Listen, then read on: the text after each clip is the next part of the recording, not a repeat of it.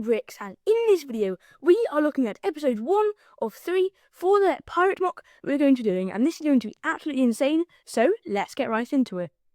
So, for episode 1 of this insane MOC, we are going to be looking at the plans, the whole entire build, the minifigures, and a few small side builds, so let's get right into it.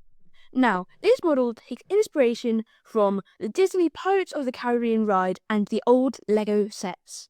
But now, let's dive deeper into the LEGO Pirates theme.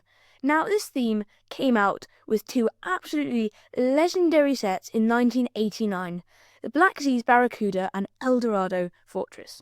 Now, I'm going to be taking inspiration from quite a lot of the other sets that came in this theme. But now that we've had our history lesson over, we can look at the plan for this MOC. So the plan is, as you can see here, to have two separate islands connected by a bridge that is taking inspiration from, of course, the Disney ride of Pirates of the Caribbean ride from them. And these are going to be connected by that bridge. And then on one of the islands, we have a watchtower and a tavern, maybe some foliage and stuff as well, and a dock. And on the other island, we have a blacksmith and a small farm. We also have some side builds that's going to be added onto this, and that is a little rock arch that we see in the first Pirates of the Caribbean movie, where they are hanging some pirate skeletons, and then we're also going to have a small raft for the pirates to arrive on the island. But now we have looked at all the boring stuff for this model, let's get into something really exciting, and that is the minifigures. So let's look at them right now. Here we have the Royal Guard, and this is the first base plate of 4. I'm really happy with how these guys turned out, and they are split into 3 different ranks. So let's look at the first one. The first one we have here is full of all the generals and leaders. We have 3 here, and I'm really happy with these. Let's just look at the first one here, and he has a bit of a different torso to all the rest of the minifigures. It's a lighter blue. He also has this shoulder piece in gold, much like the swordsman in the second rank. And what I'm really happy with him here is his sword has a tassel piece that came out in Ninjago, I think, in gold. I'm really happy with him. The only thing I will say is I wish I could find the legs that came with him. They have just some printing continuing his coat. And our next minifigure here is fairly similar to him, except he has a different torso and a hat on.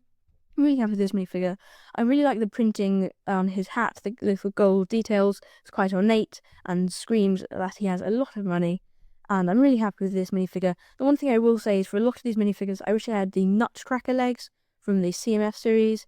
I really wish I had those, or at least some black and white dual molded legs. I think they would have upgraded these minifigures to look so much better. And he has the same tassel on the end of his sword. Then we have the last Royal Guard general, and he has a normal sword because he's not as important as the other two, and a small pistol. He is fairly similar to the one I was just talking about, but he doesn't have the gold printing on his hat or the feather. And then looking at our next rank here, we have the swordsmen. They are fairly similar to the generals, except they don't have a different torso printing, and the hats are all just plain black. I'm quite happy with these guys, though they are quite simple. As I said before, I do really wish I could find some dual molded legs for them. And behind them, we have the gunners. They're extremely simple. They just have some muskets, those really cool printed hats. I absolutely love that piece. And just the same torso as the swordsman. And one of them on the end here has a torch, just using an ice cream cone piece in black and a little flame piece. But now let's look at their friends, the villagers. Now here we have all the villagers, and I have to say I'm quite happy with them. Now one of the most important things I thought with making these was to have them look different to the pirates. So what I tried to do is have them a bit duller colours than the pirates. The pirates are quite vibrant in terms of the colours of their clothes. Tried to make these guys a bit more dull, and I think it definitely separates them from the pirates really well, so I'm quite happy with that. But looking at them here, let's explain all their roles. So here we have a bartender. This person owns the tavern. Then we have a princess. This is the daughter of the general, and they have an oar to absolutely destroy all the pirates. Then we have a caretaker. He's quite simple, he just has a key and a lantern. And behind him we have a blacksmith, and he has a little hammer and a sword that he's creating. We're going to make him an anvil and everything. Then we have a farmer. He just has a little backpack and a rake. And then finally we have the cook, and he's quite simple. He just has a knife and a carrot. But this concludes all the villagers, so let's move on to the pirates. So here we have the pirates, and I'm really happy with them, although I will say I did really struggle because a lot of the pirates that LEGO have made have the exact same torsos, So I did use the same torsos for a few of them, but in the model I'll make sure to spread them out so you can't even tell. Now I am really happy with these. I'm going to look at you with a few of my favourites of these. So some of my personal favourites are this guy over here who has a little wine bottle and like a buff. He has the same torso as Captain Redbeard, but the buff is kind of covering that up. And he is inspired by a scene from the Pirates of the Caribbean movies where one of Will Turner's friends smashes a wine bottle on Captain Jack Sparrow's head. I thought that was quite funny and a good reference. Then we also have this guy with a pickaxe. I did consider brick building this, but I thought it looked better just as the piece that LEGO used in their sets. I'm quite happy with him. He has just a simple hat, simple torso print, and legs that I think came on Jay's dad. Then we also have this guy, and he is falling. I'm going to put him on top of the watchtower with the Royal Guard knocking him off. I think that's pretty cool. I see some of the superhero jump stands to make his hat look like it's falling off.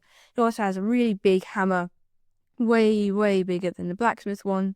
Then also we have this guy here, and one of the things I'm really happy about with him is he has like a little drinking pouch, but this is just using a maraca actually upside down, but I thought it looked really like that. And then of course we have the main man himself, Captain Redbeard. I'm really happy with how he came out. I just used a torso that LEGO used for him. Then we also just gave him a plain hat with a feather, although it does actually have, I think, the crossbones on it. And we also gave him one of the cool things is the Flitwick CMF from Harry Potter. He has like tails on his shirt, and we added those onto him. I thought it made it look pretty cool, a lot better than if we didn't have them. I'm really happy with that. And I think that concludes the pirates. So let's look at some more of the specialised minifigures for this model. So here we have some of the more specialised minifigures. I'm really happy with these guys. We have a Royal Guard and a pirate in a box. I'll explain him later. Let's look at the Royal Guard first though, because he is quite simple. He's just one of the gunner minifigures, except I took away his gun and his hat, and all it's meant to be is he is on fire. I used one of the Marvel Power Blast pieces on his arm and just a normal flame piece with a 1x1 stud with a hole in it in trans orange. And he is going to be flying away from a cannonball explosion on the ground, and I'm really happy with him. I think he looks really good. And our next minifigure here is this pirate in a crate, and if you push down on the stick, or push up sorry on the stick, then a pirate head will pop out of the barrel with the lid on top of it. Those look pretty cool. This is inspired by the Pirates of the Caribbean ride in Disney. Of course, Jack Sparrow's head pops out of a barrel. I was really happy with this guy. I think it's a pretty cool play feature. And I'm thinking I'm going to place it on the docks so you can access the play feature really easily. Now, a really important thing I think to have in a build is a few side builds just to build the atmosphere. I think it makes it look a lot better. And the first side build that I'm going to be showing you here today is a raft. Now this raft is built quite simply. It's just built with a few barrels on their side, and I can definitely imagine them floating quite well. And you just have those on the side, and we also have a mast and a little pirate flag sticking onto a wooden pole. And if you're wondering, these are just connected by headlight bricks as well as the mast. It's just connected to the headlight brick on its side there, and it's quite tattered, as you can see from years of not repairing it and just sailing and pillaging islands. But I'm really happy with this. I think it looks really good. I quite like how it looks really rough around here. You can definitely tell they haven't chopped the logs or tied the barrels together very well. But now let's look at the next side build. Now here we have a very recognisable scene from the first Pirates of the Caribbean movie, and this is of course the rock arch that Captain Jack Sparrow sails by with all the pirates hanging on it. Now I am really happy with this. As you can see, the pirates are just hanging by chains. It's quite simple, but I'm really happy with these. You can technically count these as minifigures, I guess, but they're quite simple. They are missing a few limbs and legs and arms, which I thought makes it look a bit more accurate because of course waves would be hitting them, there would be wind, everything. We have the first one here. He has a hat and a boot, and we also have this guy. He just has a bandana, and there's this one. He has like a bit of his shirt still left there, and they're all chained up. I think this looks really cool. And for the arch itself, something I really liked about it is the rock is quite smooth, and this resembles all the years of waves hitting it and smoothing all the rock down. We also have just like a few barnacles here. Not sure if you can see them, using the ice cream piece actually, but using here, and a few studs, some foliage here. And then we have something that is really cool, and this is a sign saying, "Pirates, ye be warned." And this is actually a custom sticker that you can get on the actual SA Bricks community tab, and there are going to be a few more in this build hopefully, but you can get all the measurements, everything like that, on the SABricks community tabs. If you want to build this MOC or something similar to this, then go check that out. That is really cool and one of my favourite parts of this arch build. And of course, as you can see, on top of it is this little skull.